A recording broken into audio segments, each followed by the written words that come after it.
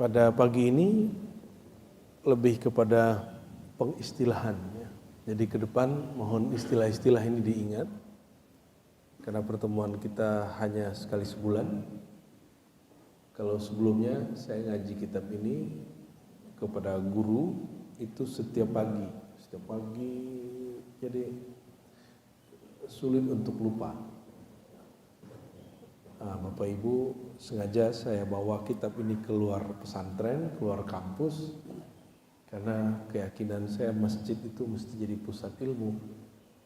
Ya, semoga masjid ini juga menjadi corong ilmu Ahlus Sunnah wal Jamaah. Hari ini banyak yang mengaku Ahlus Sunnah, biarin. Ahlus Sunnah itu ada sanadnya, ada silsilahnya, ada gurunya, bukan wilayah sepi. Dan ulama seperti Said Murtada Az-Zabidi, ahli hadis. Said Murtada Az-Zabidi ini guru daripada Syekh Abdul Somad Al-Falimbani.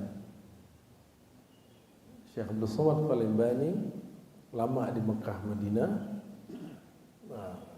dan juga pernah ke Mesir. Waktu Murtada Az-Zabidi ke Mekah, dia bagi ilmu dan salah satu muridnya adalah Syekh Abdul Somad Al-Falimbani. Syekh Abdul Somad Al-Falimbani punya sahabat Syekh Arsyad Al-Banjari, Nafis Al-Banjari, bahkan murid plus juga kawan Syekh Dawud Fatani. Dari silsilah mereka turun ke kita, ke ulama Nusantara ya, Syekh Nawawi Bantani. Syekh Nawawi turun kepada murid-muridnya, Syekh Termasi, Hadratus Syekh Hasyim Asy'ari ya, turun ke ulama-ulama di negeri ini. Jadi kata Ahlus Sunnah itu enggak ya silakan klaim, tapi ini sudah ada yang isi, sudah ada silsilahnya, sudah ada ulamanya. Apa kata Imam Said Murtada Az-Zabidi? Idza utliqa ahlus sunnah wal jamaah fahum al-asy'ariyah wal maturidiyah. Jika di kitab-kitab disebut ahlus sunnah wal jamaah, maka yang dimaksud mesti ulama yang bermanhaj, beraliran, ikut metode Imam Asy'ari dan Imam Al-Maturidi. Alhamdulillah kita sempat ziarah waktu di Uzbek, disamarkan ke Imam Maturidi yang wafat tahun 333 lebih kurang, dan juga ke Imam Asy'ari ya, sembari lalu di Baghdad kemarin ya. Dan kemudian apa kata ulama-ulama Damaskus, Imam Zahabi, Imam Safadi, sampai ke belakangan As-Sakhawi, Ibnu Hajar As-Sakhawi, Suyuti. Ilmu ini yang menguasainya adalah Ahlul Maghrib. Ahlul Maghrib itu dari Mesir ke sana, bukan Mesir nggak masuk. Jadi dari Aljazair, ya, Afrika Utara, Aljazair, Tunis sampai ke Maroko. Itu disebut dengan Ahlul Maghrib ya. Nah, imam ini namanya Imam As-Sanusi. Ada As-Sanusi, pemimpin Thariqah Sufi, Muhammad bin Ali As-Sanusi. Bukan itu, ini lebih tua lagi. Dia wafat tahun 895. Namanya Muhammad bin Yusuf As-Sanusi ya. Dan mazhabnya Maliki. Dia berfikih Maliki. Ini kelebihan. Apa kata Imam As-Subki? Imam Subki ini dia salah satu pembaharu dalam ilmu hadis dan fikih Syafi'i. Kata beliau, engkau tidak akan dapat temui orang yang dianggap ulama besar di mazhab Maliki. Kalau kita Syafi'i itu Maliki. Ya, Syafi'i. Engkau tidak akan temukan di mazhab Maliki kecuali dia Asy'ari. Akidahnya apa? Bermanhaj Ahlus Sunnah, riwayat Imam Asy'ari. Dan ini terbukti sampai di Makkah. Ada Abuya Said Muhammad Alawi Al-Maliki, alhamdulillah al-faqir, dapat sanad dari murid-murid beliau, baik yang di dalam negeri ataupun luar negeri. Dan beliau seorang yang teguh memegang akidah Ahlussunnah, Asy'ari dan Maturidi. Sampai berpolemik dengan, mohon maaf, antum kan suka nyetel Quran yang dibaca oleh Sudais, betul kan? Sudais itu memusuhi Abu Yazid Muhammad Alawi Al-Maliki. Salah satu sebabnya karena dia berakidah Asy'ari. Berarti Sudais apa? Dia bukan Asy'ari. Tapi ya sudah, kan masih syahadat asyhadu an la ilaha illallah ya. Pada pagi ini saya akan menghantarkan persoalan istilah-istilah yang nanti akan sering kita pakai di dalam kajian akidah Ahlus Sunnah. Ini kalau berhasil menghafalkan bab-bab ini, Bapak Ibu nanti tidak akan banyak masalah ketemu aliran manapun, insyaallah. Ya, insyaallah. Mari kita buka hati, baca suratul Fatihah. Semoga berkah Al-Fatihah Allah buka hati pikiran. Allah terima kita sebagai umat Rasulullah SAW. Ala hadhihi wa likulli salihah. Al-Fatihah. Bismillahirrahmanirrahim. Suratul ladzina an'amta 'alaihim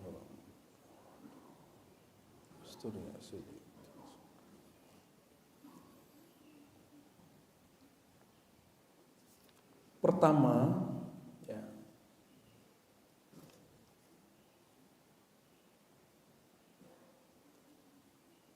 istilah alam. Apa istilahnya? Alam. Apa yang disebut alam? Alam itu bahasa Indonesia atau bahasa Arab? Kalau sholat, ayat apa yang menyebutkan kata alam? Surat apa, ayat keberapa? Surat itu sering baca kan, sholat gak sah kalau pakai selain ayat itu. Alfa. Bismillahirrahmanirrahim. Alhamdulillahi Rabbil Alamin. Alamin, alam. Lalu ada yanun menunjukkan plural. Alam-alam. Pujian bagi Allah, pemilik pencipta seluruh alam. Jadi alam itu bukan istilah bahasa Melayu, bukan istilah bahasa Jawa. Alam itu istilah Qur'ani. Apa yang disebut alam? Paling mudah memahaminya adalah kalimat Rabbil Alamin. Rabb berarti pencipta, alamin berarti yang dicipta. Atau pemilik dan yang dimiliki. Rabb itu misalnya ada ungkapan Rabbul Bait. Rabbul Bait artinya pemilik rumah. Bapak punya rumah di sini, maka Bapak kalau undang tamu, kita sebut sahibul bait. Tapi ada istilah lebih fasihnya, Rabbul Bait. Ya, Rabb pemilik, bait atau pengurus rumah. Ya, Rabbul Alamin dapat berarti yang mengurusi alam semesta. Bahwa tidak ada satu biji tumbuhan tumbuh kecuali dengan izin Allah. Tidak ada satu tetes air turun di muka bumi mengalir di manapun kecuali dengan izin Allah. Tidak ada darah ngalir di Bapak Ibu, sel tubuh, sel mati kecuali dengan izin Allah. Jadi Allah itu sibuk atau tidak? Nah, yang diurusi oleh Allah itu namanya alam. Nah, alam itu ada yang dia ciptakan, dia adakan, dia wujudkan dari tiada menjadi ada dengan cara apa? Dengan kudrat iradatnya, dengan lafaz kunnya, itu disebut makhluk yang zahir. Ada yang dia hembuskan. Dia tidak menyebutnya mencipta, tapi dia menyebutnya menghembuskan. Sama-sama diwujudkan, tapi satu Allah gunakan kalimat mencipta, dicipta. Yang kedua Allah gunakan kalimat dihembuskan. Ini yang disalahpahami orang tentang kajian kita salah satunya. Dan saya memilih mengikuti istilah Quran daripada istilah filsafat. Di dalam Al-Quran Allah menyebutkan wujud selain dirinya. Pertama dalam surat Shad ayat 72, inni khaliqun basharan min tin. Sungguh aku mencipta manusia, aku mencipta manusia dari tanah. Ini tubuh kita dari apa? Dari tanah. Tapi Allah menyebut sisi yang lain, yaitu ruh. Allah tidak gunakan kata cipta, Allah gunakan kata hembus.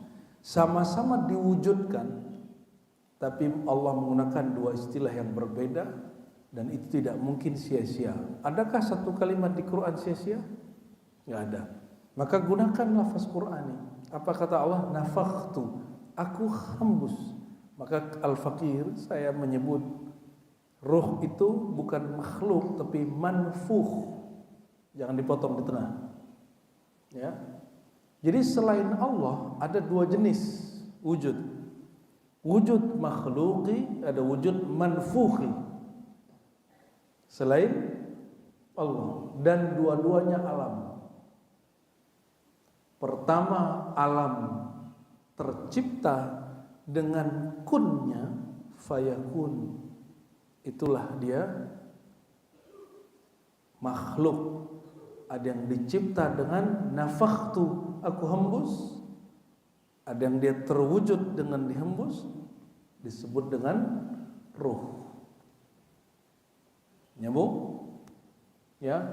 Ini di kitab-kitab masih jarang. Hanya Imam Ghazali yang sudah membuka lahan ini. Apa kata beliau dalam Kitab Ar-Risalah ala Dunia? Dia berbeda dengan gurunya, namanya Juwaini. Imam Al-Juwaini di kitab Asy-Syamil masih menyebut bahwa ruh itu jismun latif, terpengaruh oleh Mu'tazilah, padahal dia seorang Ahlus Sunnah. Jisim yang halus. Nah, ini istilah kedua. Tapi sebelum istilah kedua ini, kita bereskan dulu istilah alam. Jadi apa yang disebut alam? Berkata musannif, ya, lafzul alam bi fathil lam ma'nahu kullu ma siwallahi ta'ala. Alam itu kullu ma siwallah, segala sesuatu selain Allah. Berarti ruh bukan Allah. Kalau ditambahin alif lam, mungkinkah Allah menamakan dirinya ar-ruh? Itu pertanyaan yang sampai hari ini sulit dijawab. Kenapa? Allah juga menyebut dirinya nafs. Wallahu yuhadzirukum nafsah. Betul enggak? Allah menyebut sifat dirinya yad, tangan. Ada tangan, tapi bukan tangan ini. Allah menyebut datang, turun. Yang lebih deep, lebih dalam dari semua itu, Allah menyebut dirinya nafs, diri. Allah menyebut dirinya dengan istilah zat dan lain sebagainya. Ya, huwa. Tapi jika ada orang mengatakan Allah itu adalah roh, itu tidak benar. Allah itu adalah nafs, itu tidak benar. Allah itu yad, tidak benar. Tapi jika dia menamakan dirinya dengan itu yang hari ini dirahasiakan. Ya. Oleh karenanya ulama Ahlus Sunnah ya, tidak menyepakati penamaan bahwa atau mensifati Allah dengan yad, tangan. dalam pengertian harfiah. Ya. Tapi kita, kalau saya Asy'arinya mirip dengan Salafi Pak, tapi bukan Salafi. Ini manhaj ulama Sufi yang ahlu sunnah. Mereka tidak mentakwil, memaknai ayat-ayat yang diperdebatkan hari ini oleh, mohon maaf, kawan-kawan saya yang ahlu sunnah aswaja masih debat tentang Allah istawa. Benar nggak? Allah duduk di atas aras, turun. Apakah di manakah Allah? Pertanyaan-pertanyaan begitu kita udah nggak nanyain. Bagi kita, apapun kabar Allah tentang dirinya di Quran, di sunnah yang sahih, kita beriman. Tidak perlu ditakwil, tidak perlu ditakbir. Kenapa? Jawabannya istilah yang kedua, jism. Apa arti jism? Kalau tubuh ini jasmani yang bersifat jisim. Jism dengan jasmani lain. Jism zat atau benda yang ada materinya, berzahir ataupun halus. Nyambung? Walaupun terlihat mata atau tidak. Maka sel walaupun tidak terlihat oleh mata, satu biji zarah debu walaupun tidak tampak oleh mata, tapi dia disebut dengan jism. Partikel paling kecil yang tidak dapat dibagi itu namanya jauhar. Apa namanya? Jauhar al-fard. Coba ulangi. Semoga pagi ini otaknya panas. Tapi ini asik Pak. Jauhar itu partikel paling kecil yang ternyata hari ini terjemahannya berubah. Dulu orang sebut atom, sekarang berganti kuantum.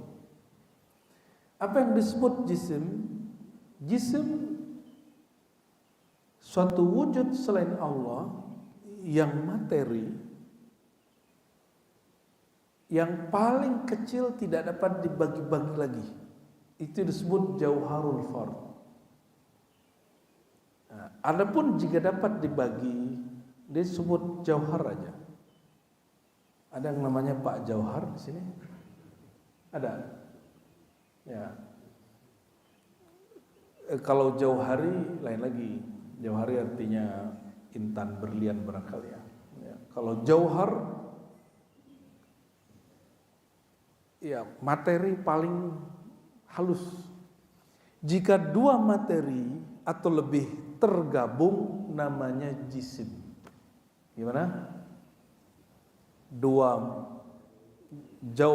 materi jauhar digabung atau lebih, dua atau lebih digabung disebut dengan jisim.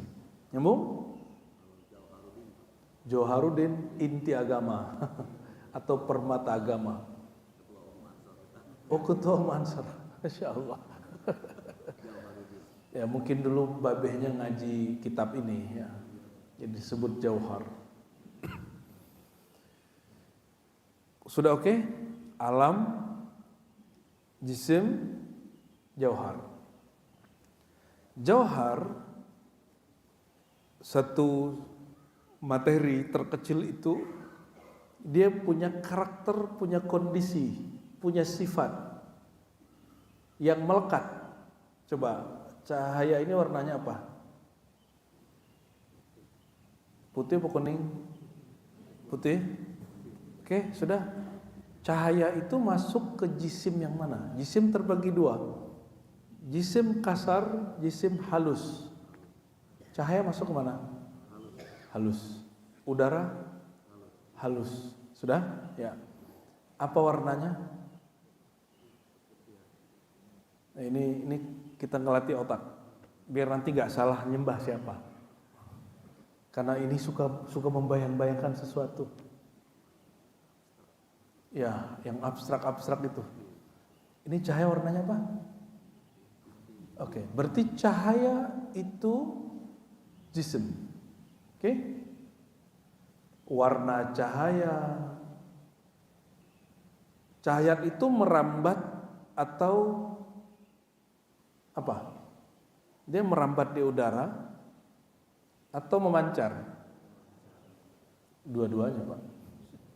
Tanya orang kimia, dua-duanya. Itu sebabnya bintang yang kita lihat hari ini dia berkedip-kedip kecuali dia dekat. Kenapa dia berkedip? Cahaya itu juga merambat ke ruang dan waktu. Jadi yang kita lihat hari ini bintang malam-malam berkedip, itu dia nggak berkedip di sana. Itu ketika merambat ada gas-gas alam besar itu yang menutupi dia. Makanya mata kita kemudian melihat dia berkedip, padahal dia tidak berkedip.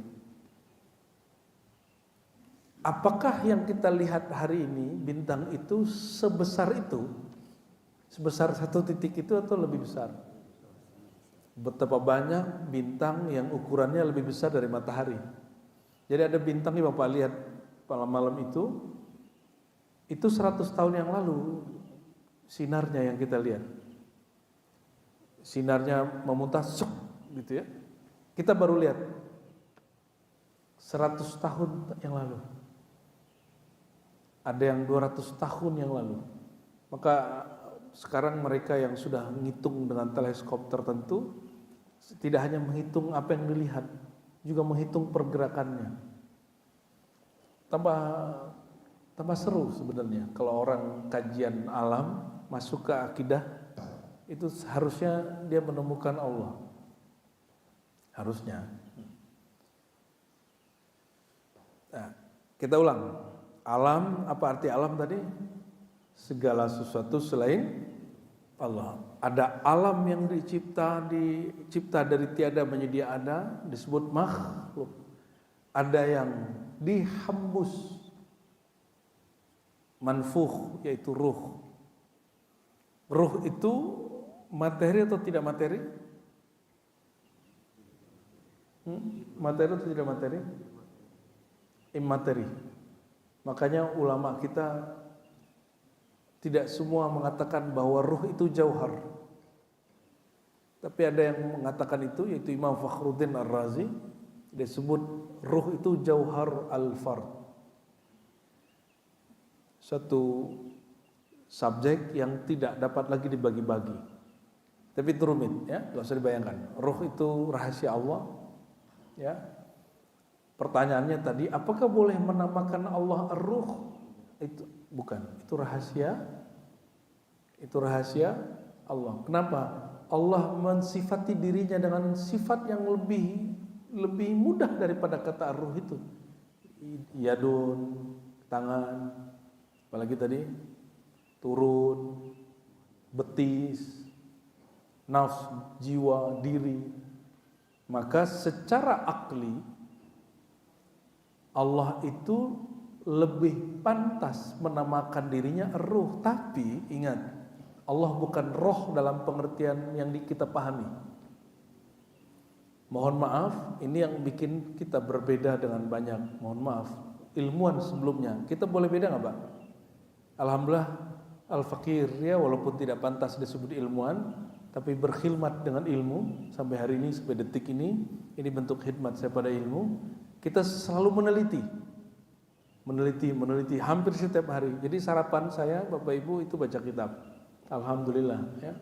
Ini salah satu nikmat dari Allah, karena Allah mengatakan Iqra, membacalah, baik kitab yang tertulis di lembaran ataupun yang tertulis di kolbu. Dan semuanya ilmu Allah, bukan ilmu kita. Kita tidak boleh berbangga dengan ilmu-ilmu yang ada itu, ya. Oleh karena itu ada dua alam, alam makhluk, alam manfuh. Nah, dalam istilah Imam Ghazali, alam jisim, alam al-amr. Alam makhluk, alam amr. Alam makhluk yang zahir yang kita lihat hari ini, sedangkan alam amr itu alamnya ruh. Alam apa? Alamnya ruh. Oke? Berarti ruh juga pada satu alam? Iya. Karena ruh bukan Tuhan. Dia bukan Allah. maka dia pada suatu alam, satu dimensi yang Allah rahasiakan. Yang Allah mengatakan, aku hapuskan, berarti sumber hembusannya siapa? Oleh karena itu, saya punya beberapa guru yang mengatakan Allah itu zat sumber segala hembusan ar-ruh. Ya, sumbernya. Sumber segala hembusan ar-ruh. Sebagaimana Allah adalah sumber wujud dari semua yang ada di alam semesta. Adakah di alam semesta wujud yang bukan dari wujudnya? Nggak ada. Jadi kita ini dipinjamkan wujud oleh Allah. Jadi kita berhutang wujud, Bapak Ibu, kepada Allah. Oleh karena itu, jalan kepada Allah juga terbagi dua. Jalan amri, jalan khalqi. Jalan rahasia di dalam diri, jalan zahir di luar diri. Gitu. Maka semua ibadah kita sebenarnya dua dimensi. Di situ ada sisi rahasianya, di situ ada sisi yang zahirnya, ya. Haji sampai semuanya ada rahasianya. Tadi sudah apa? Jisim terdiri dari minimal 2 jauhar. Jauhar dia mempunyai kondisi, warna, hal, perubahan-perubahan, bentuk-bentuk, itu disebut dengan arad. Apa disebutnya? Ain, ra, dal, dha. Arad. Kita sebut kondisi atau atribut atau sifat. Saya mau tanya, adakah yang Allah cipta tapi tidak di satu ruang? Ada nggak?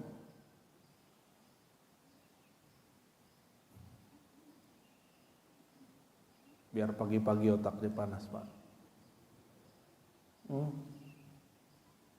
Adakah yang Allah cipta tapi tidak berada di suatu tempat?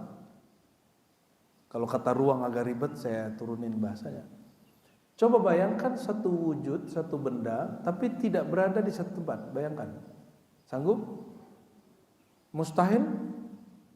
Mustahil? Oke. Maka salah satu karakter utama dari benda bertempat. Nyambung? Itu goalnya. Karena Allah bukanlah benda, maka jangan pernah membayangkan Allah itu bertempat. Masuk? Goal? Bahasa Arabnya, ini bahasa Arabnya. Ya. Kullu muhdatsin mutahayyiz. Setiap yang baru itu bertempat. Oleh karena itu sangat sensitif sekali, nggak nyambung antara Salafi dengan Asy'ari ketika ada satu riwayat hadis yang riwayat ini tidak ada hubungannya dengan perdebatan mereka sebenarnya. Bahwa dalam satu riwayat Nabi bertanya kepada budak perempuan. Pertanyaannya ada 3 versi. Pertama, di mana Allah? Yang kedua, siapa Tuhanmu? Yang ketiga, apakah engkau bersaksi tiada Tuhan selain Allah? 3 riwayat nih, Bang. Namun yang di Sahih Muslim, ya, ada beberapa versi 2 minimal yang dipakai oleh teman-teman kita Salafi, kalimat di mana Allah. Pertanyaan di mana itu pertanyaan tempat atau bukan tempat? Walaupun riwayatnya sahih, tapi kontennya bertentangan dengan akal yang sahih. Oleh karena itu, hadis ini diteliti ulang oleh ulama-ulama, ketemu disebut dengan ittirab. Apa arti ittirab? Kontradiksi dengan hadis yang juga sahih. Oleh karenanya, saya kemudian tersenyum. Begitu pentingnya orang memahami Allah dan begitu berebutnya orang merasa paling benar tentang Allah, sehingga berebutlah antara Salafi dan Asy'ari tentang gelar ahlu sunnah ini dari hadis dan masalah ini. Saya mau tanya Bapak Ibu, langit itu tempat atau bukan? Di langit malaikat, arwah, bintang-bintang, betul? Jika ada riwayat hadis menyebut bahwa di langit itu ada Tuhan, Tuhan bertempat di langit, bertentangankah dengan semua ayat-ayat yang menyebutkan bahwa di langit-langit ada malaikat? Di hadis yang menyebutkan bahwa di langit ada malaikat, ada arwah-arwah Nabi. Di kitab Sahih Bukhari dan Muslim, di saat Isra dan Mi'raj, perhatikan, Isra Mi'raj dari langit pertama sampai ke-7, Nabi jumpanya roh para nabi, bukan berjumpa Allah. Coba cek lagi. Ya, yang ngotot mengatakan Tuhan di langit, berarti hadis Mi'raj bertentangan dengan riwayat Muslim tadi. Padahal hadis Mi'raj juga ada di Sahih Bukhari, juga ada di Sahih Muslim. Ini tidak lagi disebut ittirab, disebut syaz. Apa arti syaz? Hadis yang valid bertentangan dengan hadis yang lebih valid, disebut syaz. Tapi yang syaz isinya, bukan sanad orang-orangnya. Di mana Allah, kata Nabi kepada si budak, ini satu riwayat. Budak menjawab, fis sama, di langit. Di hadis Isra dan Mi'raj, Nabi di langit pertama jumpa Nabi Adam, langit kedua jumpa Nabi Isa, terus sampai ke langit ke-7, semuanya Nabi, sampai langit ke-7 Nabi Ibrahim. Jumpa Allah, bertentangan hadisnya, itu sudah cukup. Itu sudah cukup menyebutkan bahwa riwayat tentang budak perempuan yang mengatakan Tuhan di langit, kontennya bermasalah. Ya, maka yang lebih tepat, saya mau tanya Bapak Ibu, ada orang non Muslim hari ini mengatakan Tuhan di langit, dia udah Muslim belum? Apakah sah Islamnya dengan mengatakan begitu? Orang masuk Islam, di sini ada mu'alaf, orang masuk Islam. Dia mengatakan, aku bersaksi Tuhan di langit. Sudah sah belum Islamnya? Cara orang sah masuk Islam apa? Asyhadu alla ilaha illallah. Aku bersaksi tiada yang disembah kecuali Allah. Baru sah dia seorang Muslim. Oleh karenanya, baca riwayat walaupun zahirnya sahih, tidak cukup. Dia mesti dibandingkan dengan riwayat yang lain. Jika riwayat hadis berkaitan dengan akidah, wajib ikut disiplin ilmu akidah. Jika berkaitan dengan hukum fikih, ikuti ulama ahli fikih dan lain sebagainya. Oke? Napas dulu. Allahumma sholli ala Muhammad.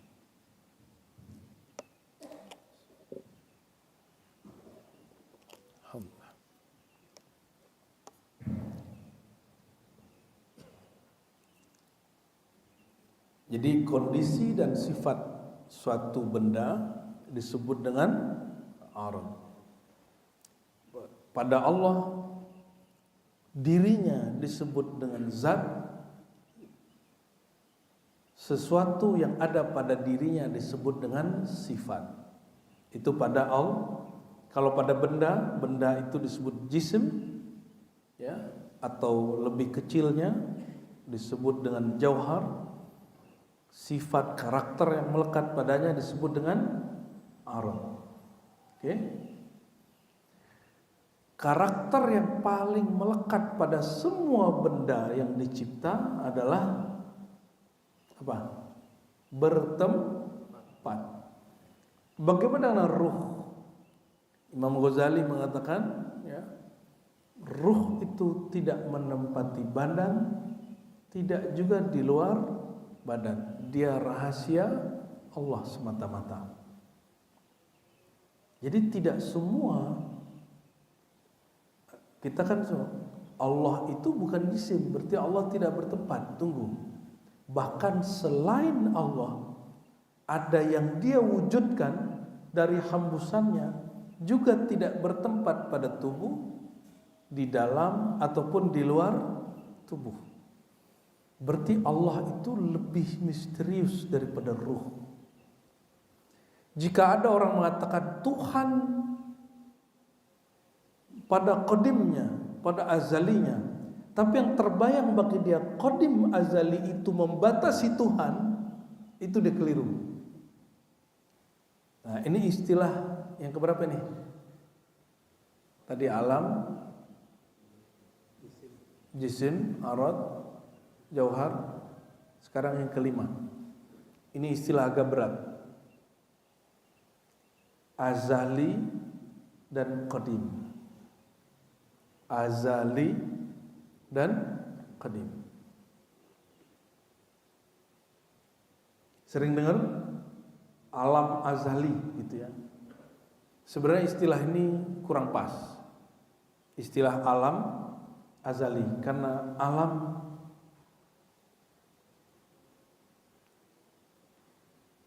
azali itu menunjukkan pra alam. Apa pengertian sederhana terhadap azali? Pra alam. Alam itu ada tempat, ada ruang, ada waktu. Tempat, ruang, waktu, 3. Kalau pra alam belum tercipta tempat, belum tercipta ruang dan waktu. Dapat dibayangkan? Disebut azali. Nah, apa kata Imam As-Sanusi? Lafzul azal ya'nuna bihi nafyul awwaliyah ay laysa lahu awwal. Azali itu yaitu menafikan, menegasikan, meniadakan bahwa Allah itu bermula dari satu titik waktu. Itu yang disebut azali. Nah, Imam Nasafi, seingat kita, pernah membagi sedikit. Azali itu sifat Allah, qadim itu zat Allah. Jadi dia mengatakan ada ulama yang membagi ini, dan saya cenderung dengan pandangan ini. Qadim itu juga artinya apa? Sama dengan azali tadi. Laisa lahu awal, tidak berawal. Itu disebut dengan qadim. Perhatikan. Baik qadim ataupun azali, ini artinya hampir mirip, itu tidak berawal. Bisa dibayangkan? Ini kalimat untuk mengunci otak, jangan lagi masuk wilayah ini. Itu gunanya. Jangan lagi masuk wilayah ini, karena ini wilayah bukan lagi akal, dia wilayahnya wilayah ruh. Ruh yang bisa memahaminya. Karena ruh sampai hari ini kita juga nggak tahu dia bentuknya bagaimana, dia tempatnya di mana. Karena kalau ada orang potong tangan, kan ada sebagian negara masih potong tangan, dia nggak mati, betul nggak? Seandainya ruh itu ada di badan, kita potong tangan, orang mati. Seandainya ruh itu di perut, maka Ashabul Kahfi tidak makan 309 tahun, harusnya mati. Berarti gak ada urusannya ruh dengan makan. Ini kabar gembiranya. Seandainya terjadi paceklik di alam semesta, Bapak kenali ruhnya. Ruh itu tidak makan. Kita harus membuat ruh itu lebih kenal dirinya, kesejatiannya daripada tubuh ini. Inilah yang Nabi katakan tentang hak dirinya. Apakah Nabi? Kata Rasulullah SAW, kulu washrabu, kalian makanlah. Amma ana saqani rabbi wa at'amani. Yang ngasih makan aku adalah Tuhanku. Makanan ruh apa? Makanan ruh. Abu Talib Al-Makki mengatakan, qutul qulub qutul ruh al-ilm wal ma'rifah. Makanan ruh adalah ilmu dan ma'rifat. Inilah rahasia Ashabul Kahf. Ashabul Kahfi, kenapa mereka 309 tahun tidak mati? Karena mereka menyimpan rahasia ilmu tentang ruh. Sebagian Allah kasih ke mereka, sehingga mereka mengenal jati dirinya yang maha hidup, Allah SWT yang tidak berawal, tidak berakhir. Mereka faham itu. Ya Hayyu ya Qayyum, mereka faham itu. Itu yang mereka bawa lagi tidur. Makanya bangun-bangun berasanya, orang tidur berasa nggak? Kapan orang tidur sadar dia tidur? Nggak pernah Pak. Orang tidur nggak tahu dia tidur. Dia taunya pas bangun tidur. Waktu bangun tidur, oh tadi aku tidur ya. Jadi sebenarnya orang tidur nggak pernah sadar dia tidur. Tapi yang menakutkan apa? Allah menggenggam ruh setiap dia tidur. Kalau Allah nggak balikin, Bapak mati selama-lamanya. Jadi yang doyan tidur, doyan mati. Oh Ustadz, katanya mematikan diri sebelum mati. Bukan yang itu. Itu namanya tidur sebelum mati. Itu beda dengan mematikan diri sebelum mati. Berarti azali dan qadim, jangan pahami dua istilah ini pembatasan terhadap Allah ya. Kalau ulama kita menyebut azali itu kaunuhu atau annahu. Kaunuhu aliman. Allah itu kaunnya, keadaan azaliyahnya dia mengetahui. Saya mau tanya, Allah sudah tahu kita duduk ngaji begini sejak kapan? Setelah terjadi, sebelum terjadi, atau sebelum kita wujud? Sebelum kita wujud Allah sudah tahu. Orang kalau faham ini stres nggak kalau dia nyalek nggak kepilih? Usaha gagal. Bangga nggak dia? Lupa diri nggak dia ketika dia punya suatu hajat sampai? Ya nggak, biasa aja. Kan dia sudah tahu ilmu Allah Subhanahu wa ta'ala. Dan tiada ilmu kita kecuali semua percikan dari ilmu Allah Subhanahu wa ta'ala.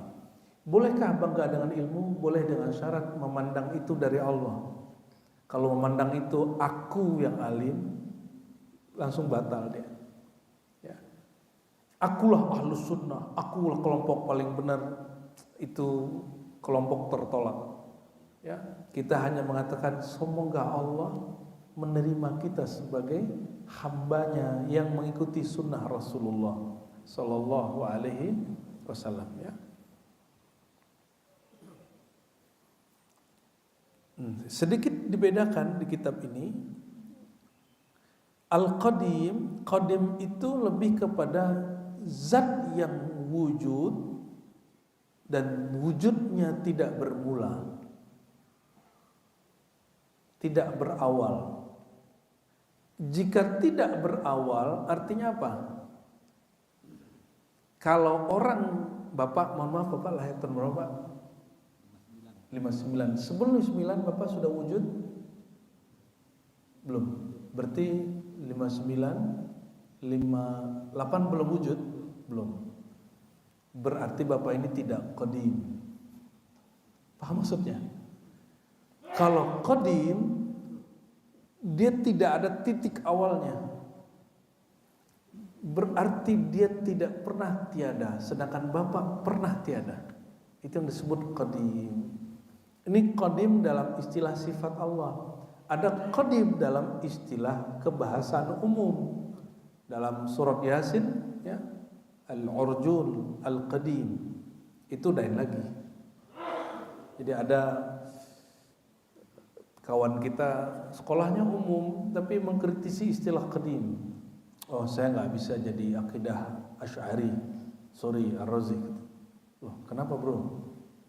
Qadim itu artinya tua, dahulu. Dibacakan surat Yasin, ya kita ketawa. Tidak semua yang dilafazkan di Quran itu kamu memahaminya sebagai sifat Allah. Kenapa? Kan depannya ada kalimat urjun, bukan sebagai lafaz nama sifat Allah. Nah, ini yang menarik. Ini juga jurang pemisah antara Salafi dan Asy'ari. Tapi nanti ada titik temu, Mbak, tenang. Ya. Kan kita ini paling senang kalau disebutin perbedaan. Karena senang berantem, Bapak itu senang berantem. Timur Tengah sampai hari ini berantem terus, ya, beda terus.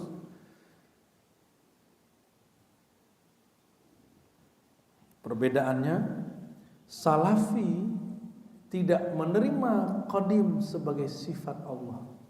Inilah masalah terbesar. Kata Ibnu Taimiyah, tidak ada dalilnya di Quran bahwa Allah bersifat qadim.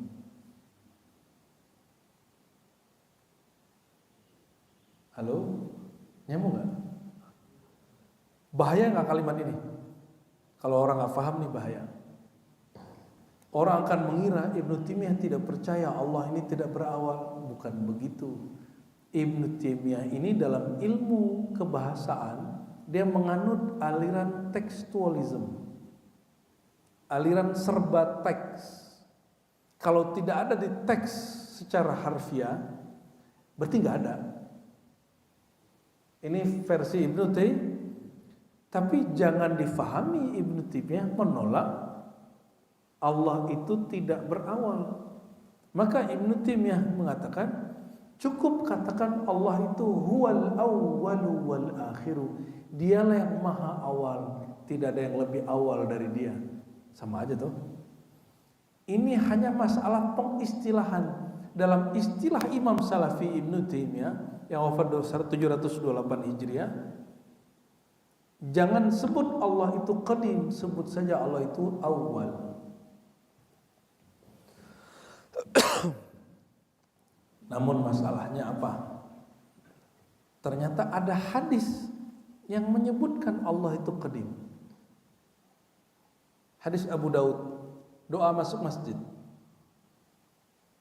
Ya. Allahumma inni a'udzubika, a'udzu biwajhikal karim wa bisultanikal qadim. Ya Allah, jadi kita masuk masjid, aku berlindung dengan kemuliaan wajahmu dan kekadiman kekuasaanmu. Ada kalimat qadim.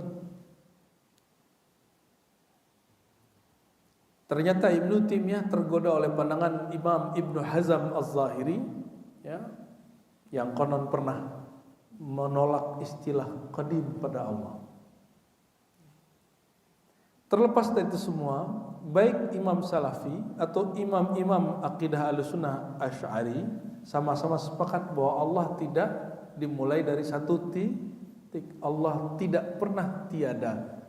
Tidak pernah tiada berarti selalu ada. Mereka hanya berbeda tentang istilah. Aman? Jangan salah paham antara dua kelompok ini, ya.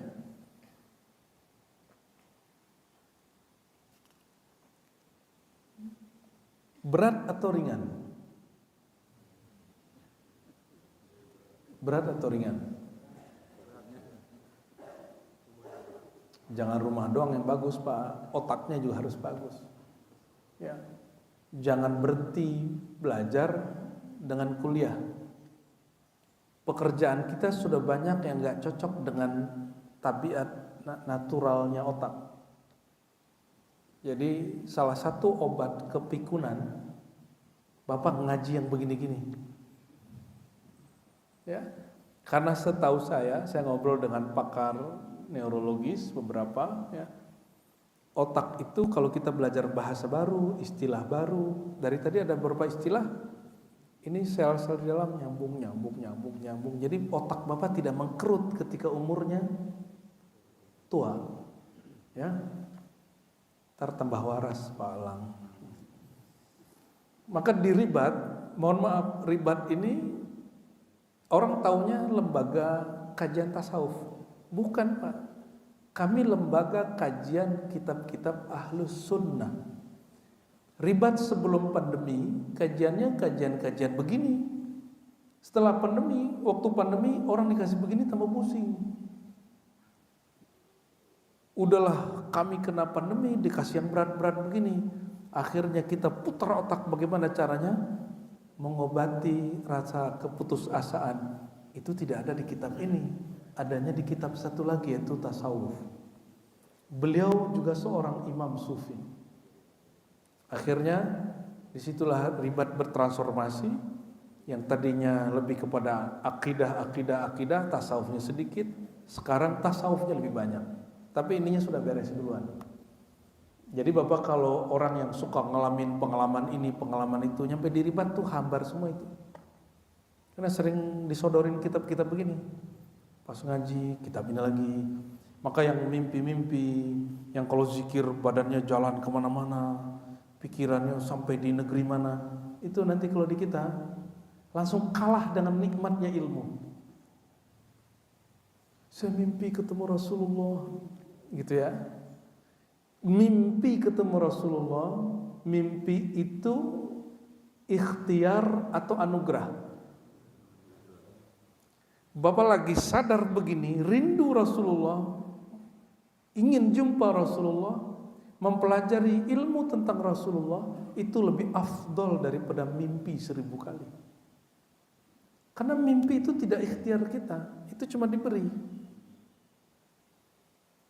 Orang sadar mencintai Nabi lebih afdal daripada orang mimpi 100 kali. Mimpi mau diapain? Gak dihisap juga. Yang dihisap tadi kesadaran kita kepada Rasulullah SAW. Oleh karena itu, mimpi, di ilmu mimpi dipakai di dalam ilmu tarekat sufi, Pak. Tarekat yang paling kencang menggunakan mimpi sebagai satu alat instrumen, Tarekat Kubrawiyah dan Suhrawardiyah Khalwatiyah Samaniyah. Ya. Di dalam tarekat tersebut, ini ternyata sekarang dipakai para psikolog, termasuk bapak psikolog yang mati bunuh diri itu siapa? Sigmund Freud. Dia menjadikan mimpi sebagai salah satu indikator kesehatan psikis dan fisik seseorang. Ternyata imam kita sudah lebih dahulu di Tarekat Khalwatiyah Kubrawiyah. Ya, orang itu bisa dirusak lewat mimpi. Kata-katai dia sebelum tidur, nanti dia mimpi sesuatu. Itu pernah terjadi dan ada ilmunya. Nah, di dalam ilmu tarekat yang tadi saya sebut, mimpi-mimpinya murid itu nanti direkod oleh guru, nanti jadi catatan laporan kondisi rohani. Karena mimpi itu alam bawah sadar kayak gunung es, bawahnya masih ada banyak masalah. Nah, orang yang suka mimpi ini, mimpi itu, berarti ada satu obsesi dalam dirinya yang munculnya 1-2 mimpi itu, tapi di belakangnya ada sesuatu yang lebih besar. Jadi hati-hati, apalagi yang mimpi jadi wali, gitu ya. Ente mimpi jadi wali, bagus ya. Tapi bukan wali-wali seperti yang dipahami orang itu. Ada yang dia sudah gak bisa bedain mimpinya dengan alam nyatanya. Maka dia ngomong aneh-aneh ya, bahasa-bahasa, dia klaim ini bahasa semut lah kan. Itu udah gak bisa membedain dia tuh Pak. Orang begini tuh udah gak ada barrier antara alam sadar dia kan alam bawah sadar. Itu udah konslet lah itu ya. Berarti gak matang dia ngaji kitab ini. Oleh karenanya tidak diperkenankan seseorang masuk ke dunia tasawuf kecuali akidah ahlussunnahnya oke. Nggak diperkenankan sama sekali. Kalau belajar zikir aja boleh. Jadi bedakan tasawuf dengan ilmu zikir. Ilmu tasawuf itu ilmu tentang kerahasiaan diri yang berkaitan dengan Allah. Kalau ilmu zikir, ada yang dia bagian dari tasawuf, ada yang dia bukan bagian dari tasawuf, ada cuma di fikih aja, ya. Jadi tidak semua belajar zikir itu sufi, ya. Tapi kalau belajar tentang kerahasiaan diri itu pasti bertasawuf. Dan metode jalannya thariqahnya cuma satu, al-ilm, ilmu. Karena sang Nabi mengatakan dirinya adalah pusat ilmu dan mustahil orang sampai ke beliau tanpa ilmu.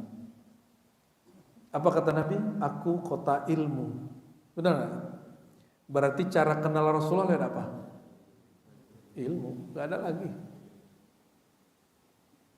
Jadi jangan dikira nih kita belajar kitab begini, ini Rasulullah akan menolak kita, enggak. Ini Rasulullah senang. Rasulullah senang ketika ngeliat umatnya berilmu. Oh, ilmu ini tidak ada di zaman Rasul. Saya tanya, emang ilmu hadis ada di zaman Rasul? Ilmu fikih ada di zaman Rasul? Ilmu tafsir ada di zaman Rasul? Yang mengklaim-klaim bahwa kitab ini itu ilmu akidah, ilmu kalam, tidak di zaman Rasul. Dia kan ngajar kitab ilmu hadis, ilmu fikih. Yang semua ilmu ini tidak pernah ada di zaman Rasul SAW. Semua ilmu itu baru ada di abad kedua, ketiga, keempat sampai hari ini. Ya, jangan ketipu dengan kata-kata begitu. Ya, ada istilah lagi. Ini dua istilah terakhir. Daim.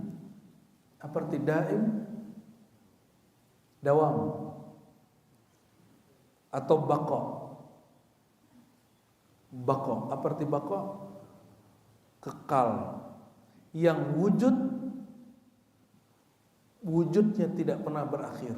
Itu disebut dengan bako. Apa perbedaannya dengan ruh kita? Allah itu tidak berawal, tidak berakhir.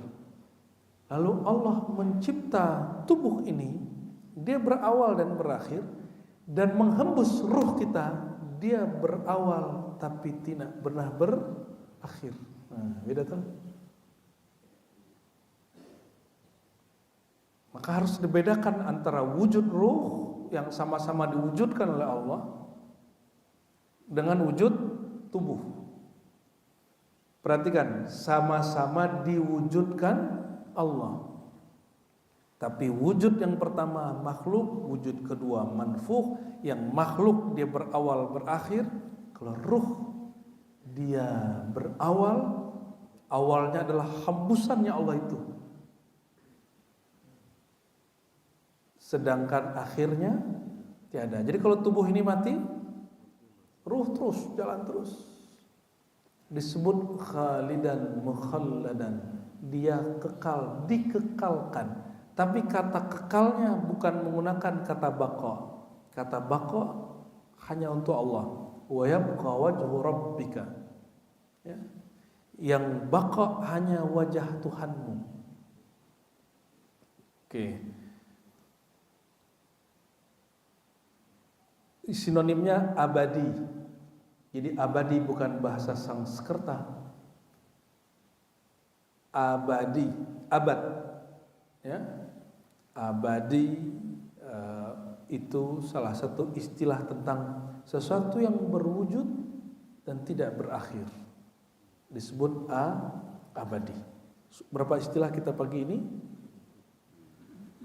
Satu, alam. Apa yang disebut alam? Segala sesuatu selain Allah. Berarti ruh bagian dari alam.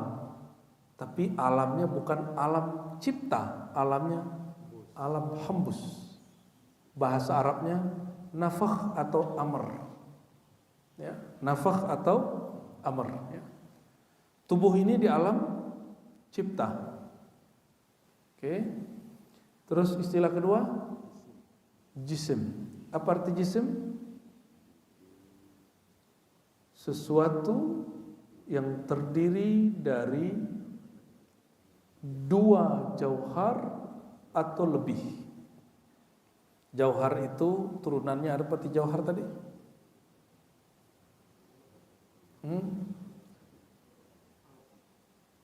Halo. Emang begitu. Ente udah langsung uzur pagi ini. Apa arti jauhar?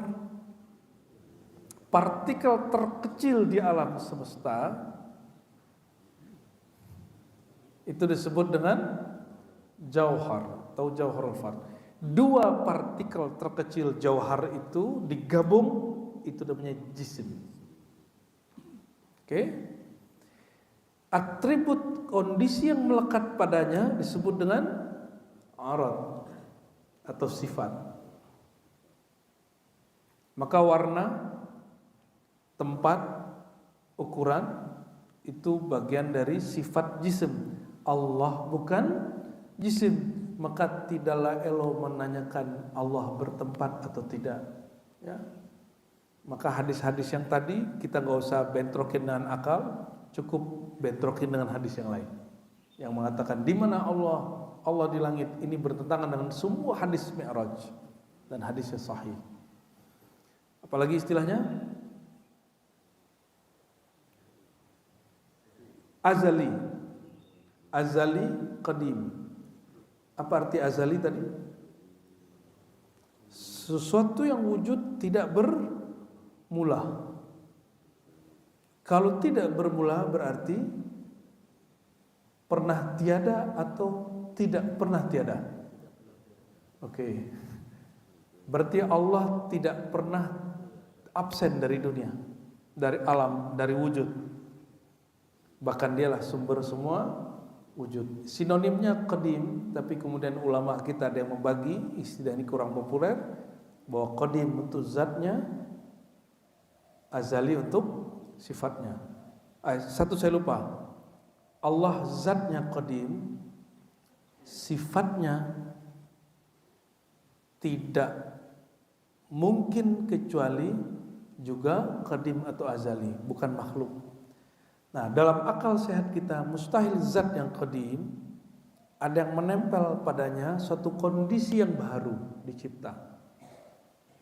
Ya, jangan pernah bayangkan benda bernama aras nempel sama Tuhan, itu mustahil. Jadi kita disebut Allah bersemayam di atas aras, katakan saja bersemayam. Yang penting ente sudah paham bahwa Allah bukanlah benda, berarti tidak bersentuhan dengan aras. Ada orang mengatakan Tuhan di kolbu, nggak apa-apa, yang penting ente sudah paham bahwa Allah itu tidak beruang dan berwaktu, dialah sang maha waktu. Dia nggak perlu menempati kolbu ketika disebut dia di kolbu. Itu hanya menunjukkan kedekatan dan perhatiannya. Ya. Dan terakhir istilah daim atau dawam, yang sinonimnya abadi. Berarti sesuatu yang wujud tidak ada akhirnya. Ya. Ini sebenarnya sudah cukup. Ya. Istilah ini sudah cukup. Insya Allah kalau dimulai dari pemahaman istilah ini, masuk ke kitab-kitab akidah tidak rumit. Nah, apa yang membuat kitab akidah rumit? Tidak memahami keyword. Nah, kita kalau bikin jurnal hari ini, jurnal ilmiah, di bawah abstrak ada tulisan keyword, betul nggak? Nah, keyword ini penting sekali. Ya, kata kunci, glosarinya harus paham. Maka siapa yang paham keyword, tidak ada ilmu yang sulit baginya, insya Allah. Maka bagi saya tidak ada ilmu yang sulit kecuali saya tidak mengerti istilahnya. Tidak ada kitab yang berat kecuali kita tidak mengerti kata-kata kuncinya. Semoga yang hadir pagi ini akalnya diselamatkan Allah dari uzur. Allah beri kelapangan dada, tidak lagi memandang diri kita paling benar. Semua kita hanya berusaha mendekati Sang Maha kebenaran. Ya, Allahumma arinal haq, Allahumma arinal haq warzuqna ittiba'ah. Ya Allah yang Maha mendengar, yang Maha hak, izinkan kami ya Allah diperlihatkan apa itu al-haq, kebenaran, dan izinkan kami ya Allah, beri kami kekuatan ya Allah untuk mengikutinya sampai hayat kami terakhir, sampai berpisah roh ini dengan badan. Allahumma arina al-batil, ya Allah izinkan kami mengenal apa itu al-batil dan beri kami kekuatan ya Allah untuk menjauhinya. Allah marzuqnal istiqamah wal inabah ya Allah. Kami memohon jadikan kami hamba yang istiqamah, hamba yang selalu sadar atas perhatian Engkau. Dan ya Allah tawaffana ala dinil Islam, Wafatkan kami ya Allah dengan agama yang Kau berikan kepada Sayyidina Muhammad sallallahu alaihi wasallam, itu agama berserah diri, agama Islam yang suci. Amin ya rabbal alamin. Rabbana atina fid dunya hasanah wa fil akhirati hasanah wa qina adzabannar. Alhamdulillah rabbil alamin. Subhanakallahumma bika asyhadu an la ilaha illa anta astaghfiruka wa atubu ilaik. Mohon maaf salah kurangnya. Silakan salat syuruk. Assalamualaikum warahmatullahi wabarakatuh.